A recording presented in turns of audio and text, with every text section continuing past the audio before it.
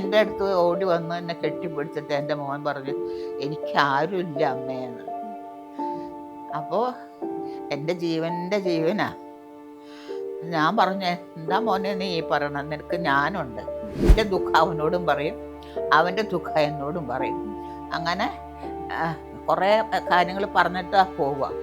പോകാൻ നേരത്ത് ഇപ്പം ഇവിടെയാണ് ഇരിക്കുന്നത് എങ്കിൽ അവൻ എഴുന്നേറ്റിട്ട് പറയാം, എന്നാ ഞാൻ പോട്ടെ അമ്മേ, എന്നാ ഞാൻ പോട്ടെ അമ്മേ. ഈ പറച്ചിൽ സ്റ്റെപ്പ് ഇറങ്ങി ആ ഗേറ്റ് വരെ, കിണർ വരെ അവിടെ നിന്ന് എന്നാ ഞാൻ പോട്ടെ അമ്മേ, എന്നാ ഞാൻ പോട്ടെ, ഇങ്ങനെ പറഞ്ഞുകൊണ്ടേയിരിക്കും.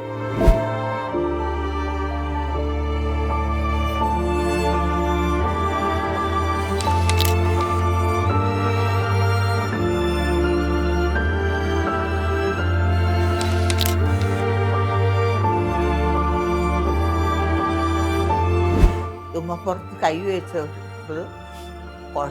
കുഴഞ്ഞു വീണു. കുഴഞ്ഞു വീണപ്പോൾ തന്നെ ഞാൻ മക്കൾക്ക് വേണ്ടി ജീവിച്ചവളാ. ജീവിക്കാൻ മറന്നുപോയ സ്ത്രീയാ ഞാൻ.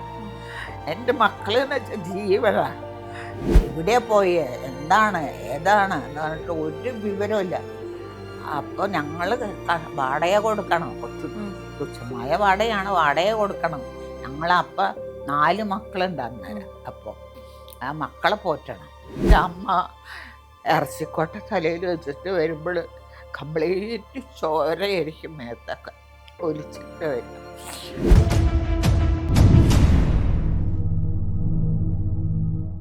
Hi, hello, welcome to Cinematech. മലയാള സിനിമയ്ക്കൊപ്പം കൈപിടിച്ച് വളർന്നു വന്ന അഭിനേത്രിയാണ് കുട്ടിയേടത്തി വിലാസിനി. ബ്രോണിയായി ജനിച്ച് വിലാസിനിയായി ജീവിക്കുന്ന നമ്മുടെയൊക്കെ പ്രിയപ്പെട്ട കലാകാരി. MTയുടെ തൂലികയിൽ പിറന്ന കുട്ടിയേടത്തി എന്ന സിനിമയിൽ കുട്ടിയേടത്തിയായി നമ്മുടെയൊക്കെ മനസ്സിൽ ഇടം പിടിച്ച അതുല്യ കലാകാരി ഇന്ന് എന്നോടൊപ്പം ഉള്ളത് അമ്മയാണ്. നമസ്കാരം. നമസ്കാരം. അമ്മ സുഖമായിട്ടിരിക്കുന്നോ? സുഖമായിട്ടെന്ന് പറഞ്ഞാൽ ഇപ്പോൾ കുറച്ച് അസുഖത്തിലാണ്. എന്നുവെച്ചാൽ എൻ്റെ മോൻ മരിച്ചിട്ട് കുറച്ചായി.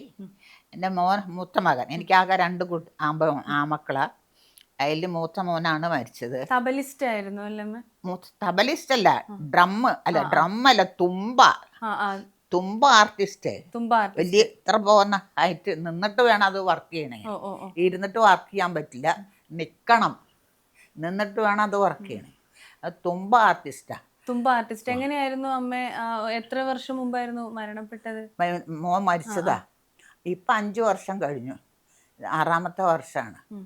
അത് അവൻ ജോലി ചെയ്തുകൊണ്ടിരിക്കുന്ന സമയത്താണ് എൻ്റെ പൊന്ന് മോൻ പോയത്. ഭാഗ്യവാനാണ് എൻ്റെ മോൻ. വെച്ചാൽ മാർച്ച് 21 5 കൊല്ലാകുമ്പോൾ 2021 19 19 20. അതെ 20 5 വർഷമാവില്ലേ. അപ്പോൾ അവർക്ക് മറ്റേ മുഹമ്മദ് റാഫിയുടെ പാട്ട്, അവിടെ ഒരു ക്ലബ്ബുണ്ട് കോഴിക്കോട്. നമ്മുടെ ആ കോഴിക്കോടുള്ള ജനങ്ങൾക്ക്, പ്രത്യേകിച്ച് മുസ്ലിംസിന് ഹിന്ദി പാട്ട് എന്ന് വെച്ചാൽ ജീവനാണ്. അപ്പോൾ മുഹമ്മദ് റാഫിയുടെ ഒക്കെ അവർക്ക് ഇവിടെ ഒരു ക്ലബ്ബ് ഉണ്ടായിരുന്നു. അത് വർഷം അവർ അതിന് പ്രോഗ്രാം നടത്തും.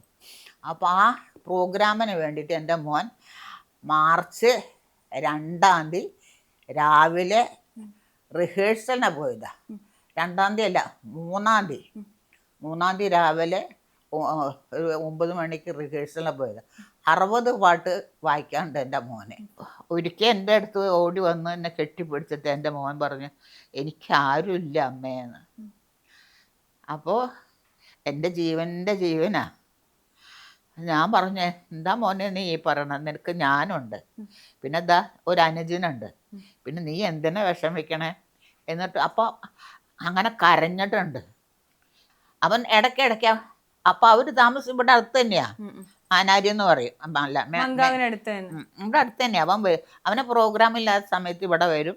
ഇവിടെ വന്നിട്ട് ഞങ്ങൾ തിണ്ണയില്ലേ അവിടെ വന്നിരിക്കും. ഇരുന്ന് ഞാനും അവനും എൻ്റെ ദുഃഖം അവനോടും പറയും, അവൻ്റെ ദുഃഖം എന്നോടും പറയും. അങ്ങനെ കുറേ കാര്യങ്ങൾ പറഞ്ഞിട്ട് പോവുക. പോകാൻ നേരത്ത് ഇപ്പം ഇവിടെയാണ് ഇരിക്കുന്നത് എങ്കിൽ അവൻ എഴുന്നേറ്റിട്ട് പറയാം, എന്നാ ഞാൻ പോട്ടെ അമ്മേ, എന്നാ ഞാൻ പോട്ടെ അമ്മേ.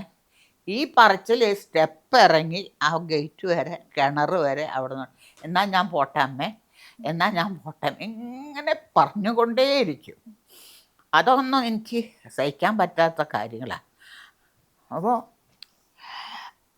അവൻ അങ്ങനെ അവൻ്റെ ദുഃഖം ഭയങ്കരമായിട്ട് മനസ്സിനകത്തുണ്ട്, പുറത്തേക്ക് കാണിക്കുന്നില്ല എന്നുള്ളതാണ് അതിൻ്റെ അർത്ഥം. അതെ.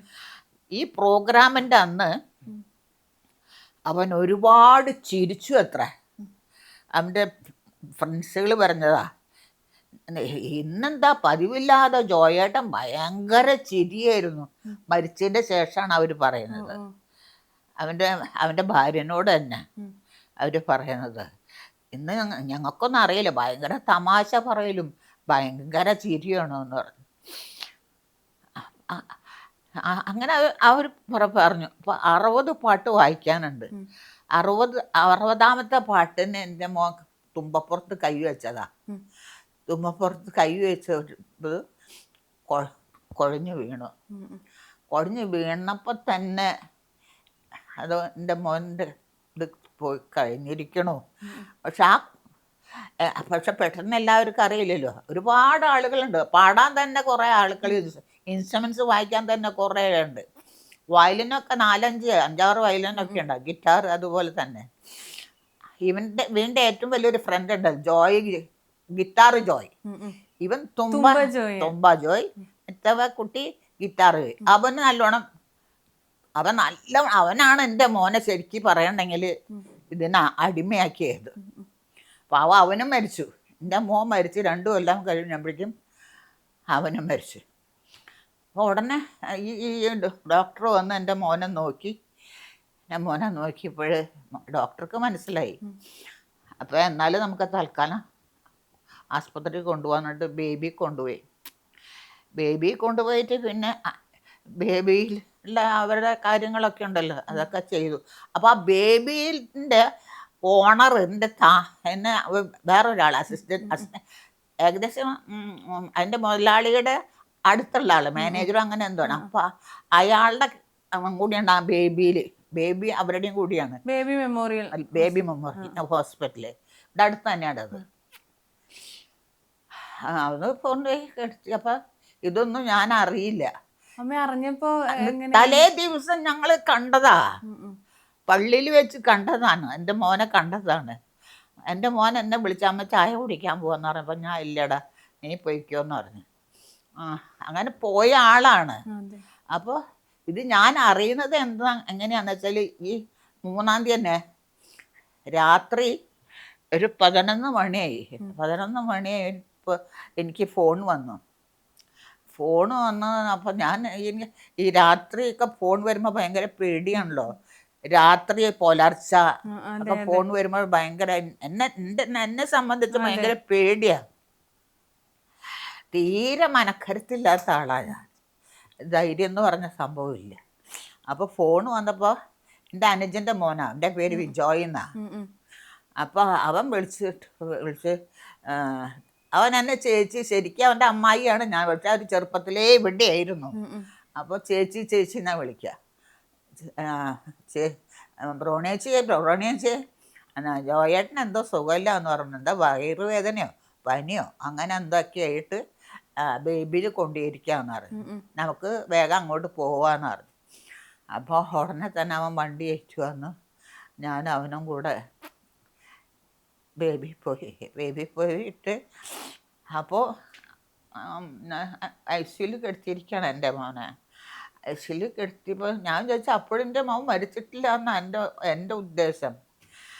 അതായത് ഞാൻ പോയി നോക്കിയപ്പോൾ തല ചെരിച്ച് കിടക്കുന്നുണ്ട്. ഞാൻ പോയി തലയൊക്കെ തലോടി, നെഞ്ചൊക്കെ കുഴിഞ്ഞു, ആ പുതപ്പ് നല്ലോണം ഒന്ന് പുതച്ച് കൊടുത്തു. അപ്പോഴേ ഞാൻ അവിടെ ഇരിക്കുന്ന ഡോക്ടറോട് ചോദിച്ചു, എന്താ എൻ്റെ മോൻ അനങ്ങാത്തത്? മറ്റേ നമ്മൾ ഉറങ്ങുമ്പോഴും ഞാനൊരു ഇതുണ്ടാവില്ല. അപ്പോൾ ഞാൻ ചോദിച്ചു, എൻ്റെ മോൻ എന്താ അനങ്ങാത്തത്? അപ്പം ഞങ്ങൾ മരുന്ന് കൊടുത്ത് മയക്കി കെടുത്തിയിരിക്കുകയെന്ന് പറയും ഡോക്ടർ. അപ്പോൾ ഞാനത് വിശ്വസിച്ചു. അങ്ങനെയായിരിക്കും ഇടയിൽ പോയി. പിറ്റേ ദിവസം ഞാൻ എങ്ങനെ അറിയുന്നതെന്ന് വെച്ചാൽ, അപ്പോൾ ഞാൻ താഴെ പോയി. മോൻ്റെ അസുഖമാണെന്ന് പറഞ്ഞിട്ടില്ല. ഞാൻ അവിടെ നിന്ന് ആസ്പത്രിയിൽ പോയി വന്നതിൻ്റെ ശേഷം എൻ്റെ രണ്ടാമത്തെ മരുമകളോട് പറഞ്ഞു, നാളെ രാവിലെ തന്നെ അവിടെ പോയിട്ട് റൂം എടുക്കണം, അവിടെ നമുക്ക് താമസിക്കാം, മോൻ അവിടെ കിടക്കുകയാണല്ലോ എന്നൊക്കെ പറഞ്ഞു. അങ്ങനെ അതിനുള്ള ഒരുക്കങ്ങളൊക്കെ ഞാൻ ചെയ്തു. എന്നിട്ട് രാവിലെ അവിടെ പോയപ്പോൾ എൻ്റെ റോയി പറഞ്ഞു, ഇവിടെ റൂമൊന്നും എടുക്കണ്ട അമ്മേ, അമ്മ പോയിക്കോ, കുറച്ച് കഴിഞ്ഞിട്ട് ചേട്ടനായിട്ട് ഞങ്ങൾ അങ്ങോട്ട് വന്നോളാം, അമ്മ പോയിക്കോ എന്ന് പറയും. അപ്പോൾ ഞങ്ങൾ വന്ന് ഞാൻ താഴെ തന്നെ ഇരിക്കുക. താഴെ തന്നെ ഇരിക്കുമ്പോൾ അപ്പോൾ എൻ്റെ ജോയും എൻ്റെ രണ്ടാമത്തെ മരുകളുടെ പേര് പ്രസീന, അവരും എല്ലാം കൂടിയിട്ട് ഈ ചെയറുകളൊക്കെ മാറ്റുക. ഇതൊക്കെ അവന് വന്നിട്ട് കിടക്കാനുള്ള സ്ഥലം ഒരുക്കാണ്. അപ്പം എനിക്കൊരു സംശയം തോന്നി, ഇതെന്താണ് അപ്പോൾ അവരിങ്ങനെ ഇതൊക്കെ മാറ്റണത്? അപ്പോൾ ഞാൻ പ്രസിനോട് ചോദിച്ചു, പ്രസി ഇതെന്തിനാ ഇതൊക്കെ മാറ്റണേ എന്താന്ന് വെച്ചപ്പോൾ അവൾ പറഞ്ഞു അമ്മേ നമ്മുടെ ജോയേട്ടൻ പോയിട്ടോ എന്ന്.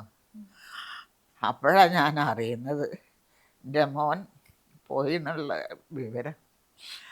പിന്നെ എന്ത് നിശ്ചയിക്കാനാണ്. പക്ഷെ അവൻ പോയിട്ട് ഇത്രയും വർഷമായിട്ടും ഞാൻ മക്കൾക്ക് വേണ്ടി ജീവിച്ചവളാ, ജീവിക്കാൻ മറന്നുപോയ സ്ത്രീയാണ് ഞാൻ. എൻ്റെ മക്കളെന്ന് വെച്ചാൽ ജീവനാ. ഞാൻ വളരെ കഷ്ടപ്പെട്ട് ജീവിച്ചതാ. ഒരു നേരം ഭക്ഷണത്തിന് കൂടി കഷ്ടപ്പെട്ടിട്ടുണ്ട് ജീവിച്ച ആളാ ഞാൻ. വീട് പണി പോലും അമ്മ എടുത്തിട്ടുണ്ടല്ലേ, വീട്ടുപണിക്ക് പോലും പോയിട്ടുണ്ടല്ലേ? വീട്ടുപണി കുട്ടികളെ നോക്കാൻ പോയിട്ടേ, റോഡ് പണിക്ക് പോയിട്ട് ഞാൻ, മനസ്സിലായില്ലേ?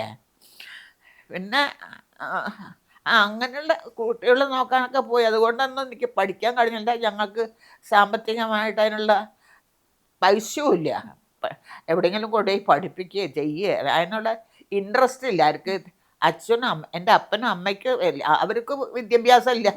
പണ്ടത്തെ ആൾക്കാരാണല്ലോ, അവർക്കും വിദ്യാഭ്യാസം ഇല്ല, അവർക്കും അറിയില്ല മക്കളെ പഠിപ്പിക്കണം. ഇന്നത്തെ കാലത്തുള്ള അമ്മമാരല്ല, അമ്മമാരും അപ്പം ഇതല്ല, കുട്ടികൾ പഠിക്കണം, വലിയ ആളാവണം, അതാവണം, അങ്ങനെയൊന്നുമില്ല.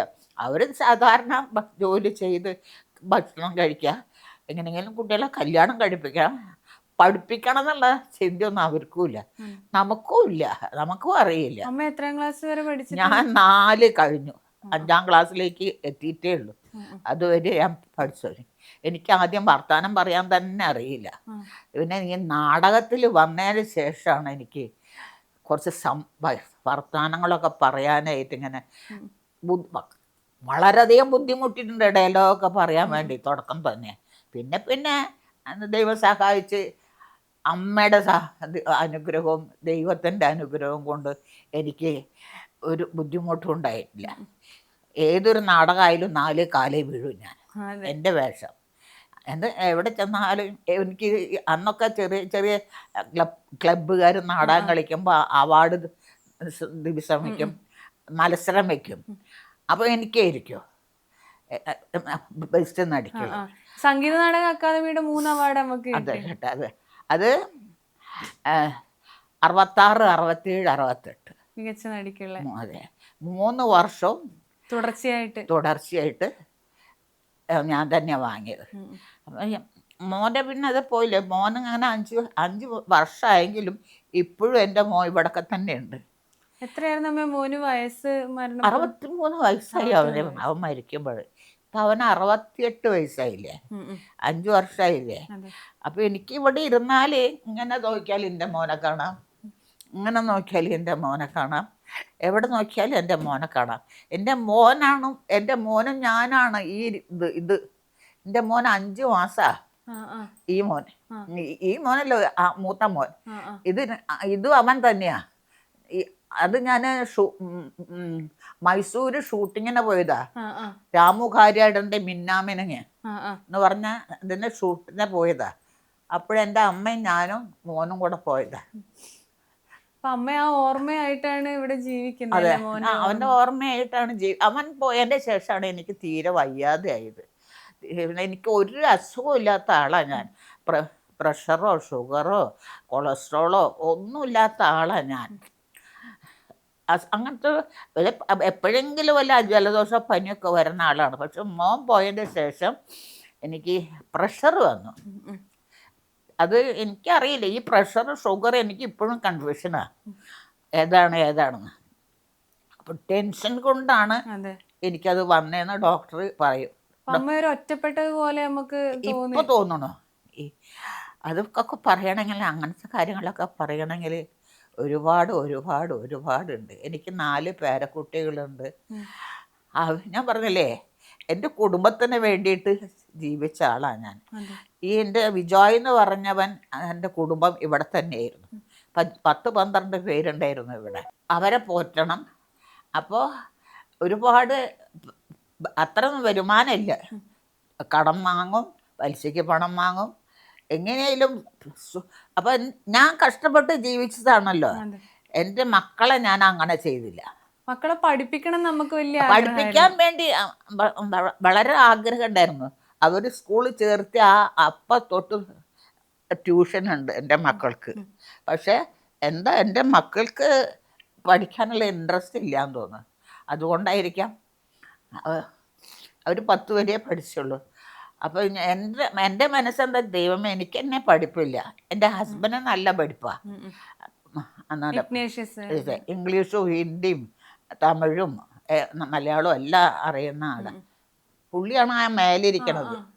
അത് പക്ഷെ അപ്പോൾ എനിക്ക് കുട്ടികൾ നല്ല പഠിക്കണം, നല്ല ഭക്ഷണം കൊടുക്കണം. അമ്മക്ക് കിട്ടാത്തത് എനിക്ക് കിട്ടാത്തത് എൻ്റെ മക്കൾക്ക് കിട്ടണം. എൻ്റെ 2 മക്കൾക്ക് മാത്രമല്ല, മറ്റുള്ളവരും ഉണ്ടല്ലോ. അവരുടെ പഠിപ്പിൻ്റെ കാര്യമല്ല, ഭക്ഷണത്തിൻ്റെ കാര്യത്തിൽ അവർക്ക് ഒരു കുറവും പാടില്ല. എങ്ങനെയായാലും ഒരു 4-5 തരം കറികളുണ്ടാവും. അത് കല്യാണമൊക്കെ കഴിഞ്ഞ് കുറേ കഴിഞ്ഞപ്പോൾ മൂത്ത മരുമോള് പറഞ്ഞു, അമ്മ ചെറുപ്പത്തിലേ കുട്ടികൾക്ക് കുറേ ഉണ്ടാക്കി വെച്ചിട്ട് ഞങ്ങൾക്ക് പാടാണെന്ന്. കറികളൊക്കെ എല്ലാ ഭക്ഷണം ഉണ്ടാക്കി കഴിഞ്ഞാലും ഭക്ഷണപ്രിയനാണ് അന്ന് അവൻ. ഭക്ഷണപ്രിയനാണ്. കൂടുതലൊന്നും വലിച്ചു വാരി കഴിക്കില്ല. ഈ ഐറ്റംസ് കുറച്ച് വേണം, കുറേ സാധനങ്ങളൊക്കെ. അങ്ങനെ അത് ഞാൻ അങ്ങനെ ചെയ്തു പോയി. പപ്പടം, എന്നും പപ്പടം വേണം, ചമ്മന്തി വേണം. അപ്പോൾ അന്ന് ചമ്മന്തി ഉണ്ടായില്ല. അപ്പോൾ അവൻ്റെ ഭാര്യ വഴക്ക് പറഞ്ഞു, എന്താ ഇതൊക്കെ വെച്ച് കൊടുത്തിട്ട് ഇതെന്താന്ന് ചമ്മന്തി ഇല്ലേ എന്ന് ചോദിച്ചു അവൻ. അതാണ് അവളങ്ങനെ എന്നോട് പറഞ്ഞത്. അമ്മ കുറേ സാധനങ്ങളൊക്കെ ഉണ്ടാക്കി വെച്ച് കൊടുത്തിട്ടും പിന്നെയും ചോദിക്കുന്നുണ്ട്, ചേട്ടൻ അവർക്ക് പണിയാണ്. അവർക്ക് അങ്ങനെ പണിയെടുക്കാനുള്ള ഇൻട്രസ്റ്റ് ഇല്ല. ഞാൻ അധ്വാനിച്ചതുപോലെ അവർക്ക് അധ്വാനിക്കാനുള്ള ഇൻട്രസ്റ്റ് ഇല്ല. പക്ഷെ ഇന്ന് നല്ലോണം അധ്വാനിക്കുന്നു. ഞാനിന്ന് വെറുതെ ഇരിക്കുന്നു. അവർ 2 പേരും നല്ലോണം അധ്വാനിക്കുന്നു. ഈ താഴെയുള്ളവൾക്ക് നല്ല അധ്വാനമാണ്. താഴെയുള്ളവൾക്ക് അവൾക്ക് ജോലിക്ക് പോകണം, അവളെ വീട്ടുകാര്യം നോക്കണം, അവളുടെ അമ്മയുടെ കാര്യം നോക്കണം. എനിക്ക് കറി കൊണ്ടുവന്നില്ലേ, അതാണ് എനിക്കുള്ള ഭയം, സഹായം. മീൻകറി ഞാൻ മാംസങ്ങളൊന്നും ഇപ്പം ഇവിടെ വാങ്ങാറില്ല. വാങ്ങാത്തതൊന്നുമല്ല, എനിക്ക് വയ്യ അതൊന്നും വെക്കാനും എടുക്കാനും. പക്ഷെ മറ്റുള്ള കറികളൊക്കെ എനിക്കും വേണം. ഞാൻ അങ്ങനെ ശീലമായി പോയതാണ്. പട്ടിണി കിടന്ന് ഉടുതുണിക്ക് മറുതുണി ഇല്ലാതെ ജീവിച്ചു വന്നവളാണ് ഞാൻ. പക്ഷെ ഇന്ന് ദൈവത്തിൻ്റെ സഹായം കൊണ്ടും എൻ്റെ അതേ സ്വഭാവം എൻ്റെ അമ്മയ്ക്ക്. അമ്മയും ഒരു നേരത്തെ അന്നത്തിന് വേണ്ടി ഒരുപാട് കഷ്ടപ്പെട്ടു. എൻ്റെ അമ്മ കൂലിപ്പണിക്ക് പോയിട്ടാണ് ഞങ്ങളെയൊക്കെ ഒപ്പം നോക്കിയത്. എൻ്റെ അമ്മ ഇത് ആശാരിപ്പണിക്കാരനാണ് അച്ഛൻ, അപ്പച്ചൻ. കാർപ്പറ്റെന്നോ മരപ്പണി, അതാണ് അപ്പച്ചൻ്റെ ജോലി. അപ്പോൾ എൻ്റെ അമ്മ അതന്നെ ചെയ്യുക. എവിടെന്നെങ്കിലുമൊക്കെ വിശേഷ ദിവസങ്ങൾ വരുമ്പോൾ എൻ്റെ അമ്മയുടെ കയ്യിൽ അധികം പൈസ ഒന്നും ഉണ്ടാവില്ല. എന്നാലും അമ്മ ഡ്രസ്സ് എങ്ങനെയെങ്കിലും അന്ന് 4 മക്കളാണ്, അല്ല അന്ന് 5 മക്കളാണ്. 1 കാലിന് വയ്യാത്തവൻ, ബാക്കി ഞങ്ങൾ 4 ആൾ. അപ്പം അമ്മ അതൊക്കെ എവിടെന്നെങ്കിലൊക്കെ അമ്മ ഒപ്പിക്കും. എല്ലാ മക്കൾക്കും ഭക്ഷണവും അതുപോലെ തന്നെ അമ്മ ഒരുവിധമൊക്കെ നല്ല രീതിയിൽ നേരം. പെരുന്നാളായാലും എന്ത് വിശേഷങ്ങളായാലും അമ്മ അങ്ങനെ ചെയ്യും. അപ്പം ആ അമ്മയുടെ പഠിപ്പാണ് എനിക്കുള്ളത്. മനസ്സിലായില്ലേ? അമ്മ ഒരുപാട് പട്ടിണി കിടന്നിട്ടുണ്ടോ കൊറേ ലൈഫില്? ഞാനല്ലേ പിന്നെ ചെറുപ്പത്തിലാണോ അതോ? ചെറുപ്പത്തില് ഞാൻ ജനിച്ച് വീണതേ ദാരിദ്ര്യത്തിലാ. തൃശ്ശൂര് താമസിച്ചില്ലേ? തൃശ്ശൂർ ആ ആ കുറച്ചു കാലം തൃശ്ശൂരുണ്ടായിരുന്നുള്ളൂ. കുറച്ചു കാലം തന്നെ കോയമ്പത്തൂരും കുറച്ചു കാലേ ഉണ്ടായിട്ടുള്ളൂ. പിന്നെ തിരുവനന്തപുരത്തോ? തിരുവനന്തപുരത്ത് ഞാൻ പ്രോഗ്രാമിനെ പോയതാണ്. ഞാൻ മറ്റേ നാടകം ട്രൂപ്പിനായിട്ട് പോയതാണ്. നാടകത്തിൻ്റെ ആയിട്ട് ഞാൻ പോയത്. ഓരോ ട്രൂപ്പിൽ നാടകം കളിച്ച് പിന്നെ ഞാൻ തന്നെ ഒരു ട്രൂപ്പ് ഉണ്ടാക്കി. അത് പൊളിഞ്ഞ പാളീസായി. അപ്പം പിന്നെ ഈ സീരിയൽ വന്നു. സീരിയലും നാടകവും സിനിമയും സീരിയലും കൂടി രണ്ടും യോജിച്ച് കൊണ്ടുപോകാൻ പറ്റില്ല. അതെ അതെ അല്ലേ? അങ്ങനെയാണ് നാടകം നിർത്തേണ്ടി വന്നത്.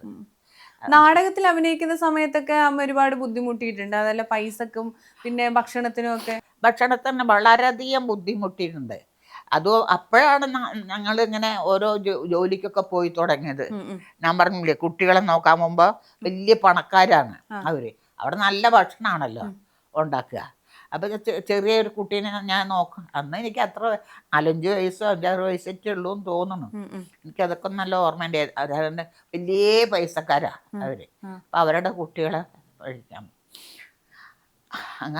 അങ്ങനെ എന്നാലും പട്ടിണിയും കിടന്നിട്ടുണ്ട്. ഇല്ലാത്ത ദിവസമുണ്ട്.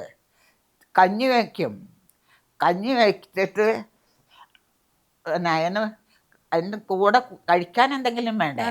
അതൊന്നും ഉണ്ടാവില്ല. ചിലപ്പോൾ അമ്മ ചമ്മന്തി അരയ്ക്കും. അപ്പോഴൊന്നും എൻ്റെ അമ്മ പണിക്ക് പോയിട്ടില്ല. അമ്മ പണിക്ക് പോയത് എപ്പോഴാന്ന് വെച്ചാൽ, കോയമ്പത്തൂര് ഞങ്ങൾ താമസിക്കുമ്പോൾ എൻ്റെ അപ്പച്ചൻ മിലിറ്ററി പോയി. മിലിറ്ററി പോയപ്പോൾ അപ്പച്ചൻ അങ്ങനെ മാസം കുറച്ച് പൈസ അയക്കുമായിരുന്നു. പിന്നെ അപ്പച്ചൻ അവിടെ നിന്ന് ബുദ്ധിമുട്ടായിട്ട് അപ്പച്ചൻ അവിടെ നിന്ന് പട്ടാളത്തിൽ ഭയങ്കര ബുദ്ധിമുട്ടായിരുന്നു. അപ്പം ഞങ്ങൾക്ക് വലിയൊരു കുഴപ്പമൊന്നുമില്ലായിരുന്നു. അത് എൻ്റെ അമ്മയുടെ ആങ്ങളെയും പട്ടാളത്തിലല്ല. അപ്പം ആ കെയറോപ്പിലാണ് അപ്പച്ചനും പോയത്. പക്ഷെ അപ്പച്ചൻ അവിടെ നിന്ന് അവരൊന്ന് ഒളിച്ചോടി പോന്നു. അവിടെ നിൽക്കാൻ പറ്റാഞ്ഞിട്ട് ഒളിച്ചോടി പോകുന്നു വെച്ചാൽ, അന്ന് ഇവർ ഇന്നത്തെ പോലെയല്ല. അവർ പിടിച്ചിട്ട് കണ്ടുപിടിച്ചിട്ട് ശിക്ഷിക്കും, ജയിലിലിടും. അപ്പം അങ്ങനെ അപ്പച്ചൻ ഒളിവും മറവിലൊക്കെയാണ് ഞങ്ങളുടെ കോയമ്പത്തൂർ വന്നത്. അത് ഞങ്ങൾ വാടക വീട്ടിലെ ചെറിയ വീടാണ്. ഒരു ഒറ്റ മുറി, ഒരു അടുക്കള, ഒരു കൊലായി, അങ്ങനെയുള്ള. അപ്പം അപ്പച്ചന് ജോലിക്ക് പോകാൻ പറ്റാണ്ടായി. അപ്പോൾ എൻ്റെ അമ്മ എങ്ങനെയൊക്കെയോ അന്ന് അത് കഴിയും. ഈ മറ്റേ ഈ രാഗി എന്ന് പറഞ്ഞ സാധനം കണ്ടിട്ടുണ്ടോ? റാഗി. അതാണ് അവിടുത്തെ മെയിൻ ഭക്ഷണം. കോയമ്പത്തൂരുകാർ, തമിഴന്മാർ കളി ഉണ്ടാക്കും. അതിനങ്ങനെ സാമ്പാറൊക്കെ വെച്ച് ആ സാധനങ്ങൾ. അരി ഭക്ഷണം വളരെ അരി കിട്ടാൻ ഭയങ്കര പാടുള്ള കാലം ആ സമയത്ത്. അപ്പം അതൊക്കെ എനിക്ക് നല്ല ഓർമ്മയുണ്ട്.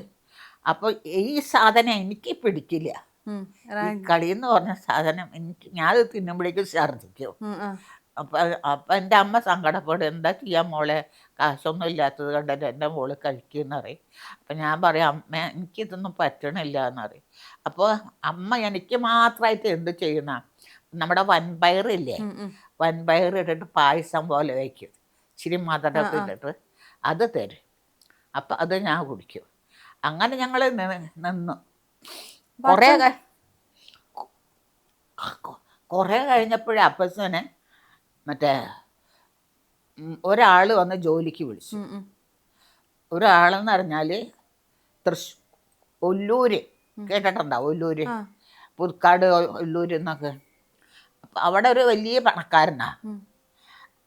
തൃശ്ശൂർ പണക്കാരുകൾ തന്നെ ഉള്ളു. അധികം ഞങ്ങളുടെ ആൾക്കാരാണ് തൃശ്ശൂർ. ക്രിസ്ത്യാനിയാണ് അവിടെ അധികം. അപ്പോൾ ഇയാൾ എൻ്റെ അപ്പച്ചനെ പണിക്ക് കൊണ്ടുപോയി. ഈ പണിക്ക് കൊണ്ടുപോയിട്ട് അടിമപ്പണിയെ ചെയ്യിച്ചത്. നമ്മൾ പടയോട്ടം സിനിമയില്ലേ, നസീർ സാറിൻ്റെ അതുപോലെ അപ്പച്ചനെ മാത്രമല്ല കൊറേ പേര്. കുറേ പേരെ കൊണ്ടുപോയിട്ട് വിശാഖപട്ടണം കൊണ്ടുപോയി. ഇയാൾക്ക് അവിടെ എന്തൊക്കെയോ സ്വത്തും മുതലൊക്കെ ഉണ്ട്. അപ്പം അവിടെ പണിയെടുക്കാൻ വേണ്ടിയിട്ട് അവിടെ കൊണ്ടുപോയി. അവിടെ കൊണ്ടുപോയെന്ന് വെച്ചാൽ പിന്നെ പൈസ ഇല്ല. അടിമപ്പണിക്കാർക്ക് നമ്മൾ സിനിമ കണ്ടില്ലേ നസീഫ് സാറ്, അതുപോലെയാണ് എൻ്റെ അപ്പച്ചൻ വന്നിട്ട് അമ്മനോട് പറഞ്ഞിട്ട് അമ്മ ഞങ്ങളോട് പറഞ്ഞതാ അതൊക്കെ. അപ്പം ഞങ്ങൾക്ക് വളരെ കഷ്ടമായി. എന്നുവെച്ചാൽ തീരെ വരുമാനം ഇല്ലാണ്ടായല്ലോ. അപ്പോഴാണ് എൻ്റെ അമ്മ ജോലിക്ക് ഇറങ്ങിയത്. അമ്മ അച്ഛനെ മോചിപ്പിക്കാൻ സമരം അതായിട്ട് വരുന്നു. അത് പറയാം. ഇത് എൻ്റെ അമ്മ അവിടെ കോയമ്പത്തൂർ ചെന്നിട്ട് ജോലിക്ക് പോവാൻ കാരണം ഇതാ. അപ്പച്ചൻ്റെ ഒരു വിവരവും ഇല്ല. എവിടെ പോയി, എന്താണ്, ഏതാണ് എന്ന് പറഞ്ഞിട്ട് ഒരു വിവരവും ഇല്ല. അപ്പോൾ ഞങ്ങൾ വാടക കൊടുക്കണം. തുച്ഛമായ വാടക കൊടുക്കണം. ഞങ്ങളപ്പം 4 മക്കളുണ്ട് അന്നേരം. അപ്പോൾ ആ മക്കളെ പോറ്റണം. അതിനൊക്കെ അമ്മ ആകെ കഷ്ടപ്പെട്ടു. അപ്പോൾ ഞങ്ങൾ താമസിക്കുന്നതിൻ്റെ 2-3 വീട് അപ്പുറം ഒരു കള്ളു ഷോപ്പുണ്ട്. അത് അപ്പം അവിടെ ഇറച്ചി കൊണ്ടു കൊടുക്കണം. ഞങ്ങൾ കുഗ്രാമത്തിലാണ്, കോയമ്പത്തൂരാണെങ്കിലും കുഗ്രാമത്തിലാണ് താമസിക്കുന്നത്. ഈ ഇറച്ചി മേടിക്കാൻ പോകണമെങ്കിൽ ആ ടൗണിൽ പോകണം. ടൗണിൽ നടന്നു പോകണം. അത് വലിയ കൊട്ടയിട്ട് പോകണം. അത് അവിടെ നിന്ന് പിന്നെ ഈ ഇറച്ചി ആയിട്ട് ഇങ്ങനെ വരണം. അപ്പം എൻ്റെ അമ്മ അങ്ങനെ അവിടെ നിന്ന് ഇങ്ങനെ വരുന്നത് കാണാം. യേശു ക്രിസ്തുവിനെ കൊല്ലാൻ വേണ്ടിയിട്ട് കുരിശെടുത്ത് ഇങ്ങനെ പോണ സമയത്ത് ചോരൊക്കെ അങ്ങനെ ഒലിക്കൂല്ലേ? ഇത് കണ്ടിട്ടുണ്ടാ മോള്? സിനിമ കണ്ടിട്ടുണ്ട്. അതുപോലെ എൻ്റെ അമ്മ ഇറച്ചിക്കൊട്ട തലയിൽ വെച്ചിട്ട് വരുമ്പോൾ കംപ്ലീറ്റ് ചോരയായിരിക്കും മേത്തൊക്കെ ഒലിച്ചിട്ട് വരിക. അങ്ങനെയാണ് എൻ്റെ അമ്മ ഞങ്ങളും അവിടെ നിന്ന് പോറ്റിയത്. അപ്പോൾ അത് ഞാൻ മൈസൂർ നാടകത്തിന് പോയപ്പോൾ അവിടെയുള്ള ആൾ ഇതേപോലെ എന്നെ ഇൻ്റർവ്യൂ ചെയ്യാൻ വന്നു. അവിടെ അന്നൊക്കെ ഞാൻ പേരും പ്രസിദ്ധിയുള്ള ആളായിപ്പോയി. കുട്ടിയെടുത്തി വിലാസന ലേബിൾ കിട്ടിപ്പോയി. അപ്പം എന്നെ ഇൻ്റർവ്യൂ ചെയ്യാൻ വന്നപ്പോൾ ഞാനിതിങ്ങനെ പറഞ്ഞു. അപ്പോൾ അയാൾ അവിടുത്തെ പത്രത്തിൽ എൻ്റെ അമ്മനെ കാർട്ടൂൺ വരച്ച് ഫോട്ടോ എടുത്ത് എനിക്ക് അയച്ചു തന്നു. അതൊന്നും ഇപ്പോഴും എൻ്റെ അളമാരിയിലുണ്ട്. എൻ്റെ അമ്മ മരിക്കുമ്പോൾ എനിക്ക് അത്രയൊന്നും തോന്നില്ല. പിന്നെയാണ് എൻ്റെ മോനെ പോലെ തന്നെയാണ് ഇപ്പോൾ എൻ്റെ അമ്മയും. എൻ്റെ അമ്മയും മോനും ഒരേപോലെ എൻ്റെ മനസ്സിലിങ്ങനെ നിൽക്കുക. എൻ്റെ അമ്മേനെ കൂടുതൽ എൻ്റെ അമ്മ അതേപോലത്തെ എന്നെ പോലത്തെ അമ്മ സുഖം എന്ന് പറഞ്ഞ 2 വാക്ക് എൻ്റെ അമ്മ അനുഭവിച്ചിട്ടില്ല മരണം വരെ. അത് ജനിച്ച കാലം മുതലേ മരിക്കുന്നത് വരെ അങ്ങനെയാണ്. പക്ഷെ എൻ്റെ അടുത്ത് നിൽക്കാൻ പറഞ്ഞിട്ടുണ്ട്. ഞാൻ ഇവിടെ വന്ന കാലം കൊണ്ട് ഇവിടെ വന്നപ്പോഴും എനിക്ക് കഷ്ടപ്പാടാണ്. പിന്നെ ഒരു വർഷം കൊണ്ട് പിന്നെ ഞങ്ങൾ ആകെ മാറി. ഞങ്ങൾക്ക് ജീവിക്കാൻ ഒരു ബുദ്ധിമുട്ടും ഉണ്ടായിട്ടില്ല. അപ്പം അമ്മേനെ വിളിച്ചാൽ വരില്ല. അപ്പം അപ്പച്ചനെ പറ്റിയിട്ട് അന്വേഷിക്കണമല്ലോ, എവിടെയാണ് എന്താണ് എന്ന് അന്വേഷിക്കണം. അമ്മ തൃശ്ശൂരാണ് അമ്മ. അവിടെ വന്ന് അന്വേഷിച്ച് വെപ്പിക്കുക. അമ്മയ്ക്ക് വിവരം കിട്ടി. ഒല്ലൂര് ഒരു മുതലാളി അപ്പച്ചനെ കൊണ്ടുപോയിരിക്കുകയാണ്, വിശാഖപട്ടണത്തിലേക്ക് കൊണ്ടുപോയിരിക്കുകയാണ്. അപ്പോൾ അവിടെ നിന്ന് വിട്ട് കിട്ടാൻ കുറച്ച് പണിയുണ്ട്. അപ്പോൾ അമ്മ പറഞ്ഞ്, മക്കളെ നമുക്ക് ഇനി ഇവിടെ നിൽക്കണ്ട, തൃശ്ശൂരിലേക്ക് പോകാം. അങ്ങനെ ഞങ്ങൾ അപ്പോഴാണ് തൃശ്ശൂരിലേക്ക് വരുന്നത്. തൃശ്ശൂർ വന്നിട്ട് ഈ ഒല്ലൂരുള്ള മനുഷ്യനുണ്ടല്ലോ, ഈ മുതലാളിയുടെ അവിടെ എൻ്റെ അമ്മ സത്യാഗ്രഹം ചെയ്തു. ഞങ്ങളും ഉണ്ട്. അന്നും ഞങ്ങളുടെ കയ്യിൽ സാധനങ്ങളൊന്നുമില്ല. ഒരു 5-6 പാത്രങ്ങളും കിടക്കാനൊന്നും ഇല്ല. എന്താണ്, ഒരു പായും 2 ഇതൊക്കെ കെട്ടിപ്പൊതിഞ്ഞിട്ടില്ല. അങ്ങനെ വലിയൊരു ഇതൊന്നുമല്ല. അങ്ങനെ ഒരു സാധനമായിട്ടാണ് ഞങ്ങൾ വന്നിരിക്കുന്നത്. വലിയ വണ്ടിയിലോ കാറിലോ അതിലോ ഒന്നുമല്ല. അപ്പോൾ അവിടെ ഇരുന്നു അമ്മ. എൻ്റെ ഭർത്താവിനെ എനിക്ക് തരണം, എൻ്റെ ഭർത്താവിനെ നീ കൊണ്ടുപോയി തരണം വേണ്ട. അമ്മ അവിടെ ഇരുന്നു. അങ്ങനെ ജനങ്ങൾ കൂടി. അമ്മ കരയിലും ഒച്ച വെച്ച സംസാരിച്ചിട്ട് ഒക്കെ എനിക്ക് നല്ല ഓർമ്മയുണ്ട്. ഒച്ച വെച്ച് കരഞ്ഞിട്ട് എൻ്റെ ഭർത്താവിനെ കൊണ്ട് താടോ, എൻ്റെ ഭർത്താവിനെ കൊണ്ട് താടോ എന്ന് പറഞ്ഞിട്ട് അമ്മ കരയണത്. അപ്പം അയൽവാസികളും ജനങ്ങളും ഒക്കെ അറിഞ്ഞു, സംഭവം അറിഞ്ഞു. സംഭവം അറിഞ്ഞപ്പോൾ അങ്ങനെ വന്നു, ആൾക്കാർ വന്നു. അപ്പം അമ്മ പറഞ്ഞു, എൻ്റെ ഭർത്താവിനെ ഇയാൾ കൊണ്ടുപോയിട്ട് 5-6 മാസമായി. എനിക്കതാ ഈ ചെറിയ ചെറിയ മക്കളാണ്, ഞങ്ങൾ പട്ടിണി കിടക്കാണ്, വാടക കൊടുക്കാറില്ല, ഞങ്ങൾ കഷ്ടപ്പെട്ട് കഴിയാണ്. ഇയാൾ പൈസയും തന്നിട്ടില്ല ഇതുവരെയായിട്ടും. എൻ്റെ ഭർത്താവ് ജോലി ചെയ്ത പൈസയും തന്നിട്ടില്ല എന്ന് പറഞ്ഞു. അങ്ങനെ ജനങ്ങൾ കൂടിയപ്പോൾ ഇയാളെ പിടിച്ചു, മുതലാളിനെ പിടിച്ചു. അപ്പം എൻ്റെ അമ്മ കാരണം അവിടെ അടിമയായിട്ട് കഴിഞ്ഞ ആളുകളില്ലേ, ആ ആളുകളെയും കൂടിയും വിട്ടു, എല്ലാരെയും മോചിപ്പിച്ച് എല്ലാവരും പോയി. അപ്പം എൻ്റെ അമ്മ അങ്ങനെ ഒരു സംഭവം ചെയ്തു. അത്രയും മനഃശക്തിയുള്ള ഒരു അമ്മയുടെ മോളാണ്. അതെ. അപ്പോൾ അമ്മ കാരണം അടിമകളായ എല്ലാവരെയും വിട്ടു. ഇയാളുടെ കഥ പുറത്തേക്ക് വരികയാണ്. ഇയാൾ കോടീശ്വരനാണ്, ആരും അറിയില്ല. അപ്പൊ പിന്നീടാണ് ഇയാളെ സംബന്ധിച്ച് അറിയുന്നത് എങ്ങനെയാ ഇവിടെ ഇയാൾ പണം ഉണ്ടാക്കണം എന്നുള്ളത്. അപ്പൊ എല്ലാവരും വിട്ടു. അങ്ങനെയാണ് ഞങ്ങൾ തൃശ്ശൂർ വരുന്നത്. ഒല്ലൂര് കഴിഞ്ഞിട്ട്, ഒല്ലൂരും തൃശ്ശൂരും അടുത്തടുത്ത് തന്നെയാണ്, അടുത്തടുത്താ. അങ്ങനെ തൃശ്ശൂരായിരുന്നു താമസിച്ചത്. പിന്നെ കുറച്ച് കാലം തൃശ്ശൂർ താമസിച്ചു. അവിടെയാണ് 4 വരെ പഠിച്ചത് ഞാൻ. അവിടെ വന്ന് കഴിഞ്ഞപ്പോഴാണ് അപ്പോൾ ഈ കുട്ടികളെ നോക്കാൻ പോയി എന്ന് പറഞ്ഞില്ല, ജീവിക്കാൻ മാർഗമില്ല. അപ്പോൾ വന്നപാട് എൻ്റെ അമ്മയുടെ അമ്മ അടുത്ത് താമസിക്കണം. അതും ഇതേപോലെ തന്നെ ലൈൻ മുറിയാണ്. ഒരു ചെറിയ വീട്, ചെറിയ മുറി കിട്ടി, ഒരു കിടക്കാൻ ഒരു മുറി, ഒരു ചെറിയ കൊച്ചടുക്കള, ഒരു കൊച്ച് ഉമ്മാറെന്ന് പറയാം. അവിടെ ഉമ്മാറെന്നാ പറയാം. നമ്മൾ കോഴിക്കോട് എന്താ പറയുക, ഇറയത്ത് തിന്നാന്ന് പറയും. പിന്നെ കൊലായി എന്ന് പറയും, കൊലായി. ഇവിടെ പറയാ കൊലായി എന്നാ. ഞങ്ങൾ അവിടെ തൃശ്ശൂർ പറയാ ഉമ്മറെന്നാ പറയും. ഒരു ചെറിയ ഉമ്മറും ചെറിയൊരു മുറി. അവിടെ നിന്നാണ് പിന്നെ അമ്മ. അപ്പം അതിൽ മുമ്പേ എൻ്റെ അമ്മ ഞങ്ങളൊക്കെ പ്രസവിക്കണതിന് മുമ്പേ 2 പ്രസവം കഴിഞ്ഞ് മക്കളൊക്കെ അവിടെ നിന്ന് മരിച്ചിട്ടുണ്ട്. 10 മക്കളുണ്ടായിരുന്നു അല്ലേ? 10 മക്കൾ എന്ന് പറഞ്ഞ് കണ്ടിട്ടില്ല. 5 ആള് മരിച്ചുപോയി. 5 മരിച്ചുപോയി. എൻ്റെ ചേച്ചി ജനിക്കാൻ മുമ്പേ തന്നെ 2 പേര് മരിച്ചു അവിടെ നിന്ന് തന്നെ.